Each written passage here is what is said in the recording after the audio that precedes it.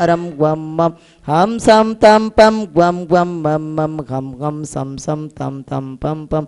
झम झम क्षीम क्षीम क्षीम क्षीम dram dram ध्रीम ध्रीम द्रावय द्रविणमूर्ति भगवते श्रीमते ये श्रीमते ओम ह्रीम क्रौम मम कापम खंडय खंडय द जय जय द द पच पच पाचे पाचे पाचे पाचे ओम नमो अरम छम क्षीम क्षीम हम स झम वम र य स क्षाम क्षीम क्षूम क्षेम क्षोम क्षौम छ क्षीम राम ह्रीम रूम रौम र री र द्राम द्रीम नमो द्रावय द्रावय नमो रते भगवते श्रीमते श्रीमते ठ ठ ओम राम ह्रीम ओम नमो रते भगवते श्रीमते ठ ठ नाम क्या श्रीमती सरोजी जैन अशोक कुमार जी जैन अतुल कुमार जी जैन आर्यन जैन पटिया परिवार सागर निवासी सम्यक देवेंद्र महाजन परिवार से है जनाव चिंतन कानड़ परिवार से समस्त शांतिधारा देखने वाले करने वाले परिवार से श्रीरस्तु वृद्धिरस्तु तुष्टिरस्तु पुष्टिरस्तु शांतिरस्तु कांतिरस्तु कल्याणमस्तु स्वा पाशं श्रीपुरवंदमी पत्रं यत्र विहायसि प्रविपुले स्थातुं क्षणं नाक्षमम् तत्रास्ते गुणरत्नरोहणगिरि यो देवदेवो महान् चित्रं नात्र करोति कस्य मनसा द्रष्टा पुरे श्रीपुरे सश्रीपार्श्वजनेश्वरो विजयते दिग्वाशिषां सासनम् पत्र टिके न जहाँ अधर में गुण रत्नों का गिरिवर हो कितना विस्मय किसे नहीं हो चलो देख लो सिरपुर को देवों के भी देव पार्श्वजन अंतरिक्ष में शांत रहे युगों युगों तक दिगंबरों का जिन शासन जयवंत रहे। जो आत्म तत्व में स्थिर हो जाते हैं, जिन्हें आत्मा की अनुभूति हो जाती है,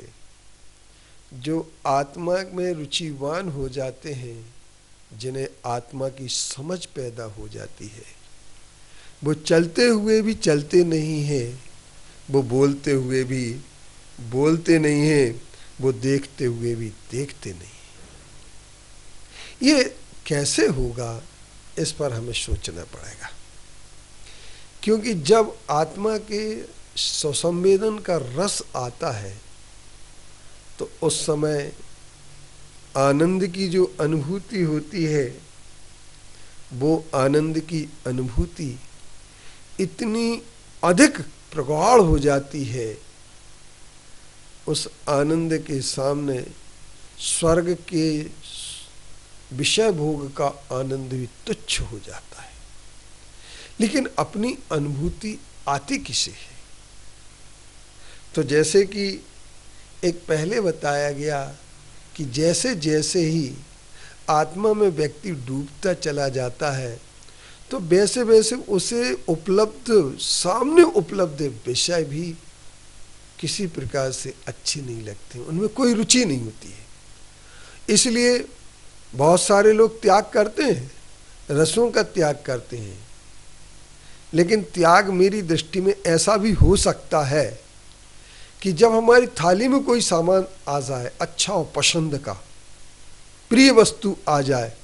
उस प्रिय वस्तु को भी हम अलग कर दें कि आज हम इस वस्तु का उपभोग नहीं करेंगे। ये सही मायने में त्याग कहलाता है। जिनके लिए सब कुछ सहज में हो जाता है, उपलब्ध हो रहा है, फिर भी वो एक बात मान करके चलते हैं कि इन भोगों में कहीं सच्चा सुख नहीं है, क्योंकि स्वर्ग के भोग भोगने वाले जीव भी ये बात तय कर लेते हैं, इंद्र के भोग भोगने के बाद भी ये तय कर लेते हैं कि इनमें रस नहीं है, क्योंकि इन भोगों का जो कुछ भी स्वाद हमें आ रहा है, इन भोगों का जो भी हमें अनुभव आ रहा है, वह इनकी अनुभव पूर्ण रूपेण क्षणिक है। इनका सुख भी क्षणिक है।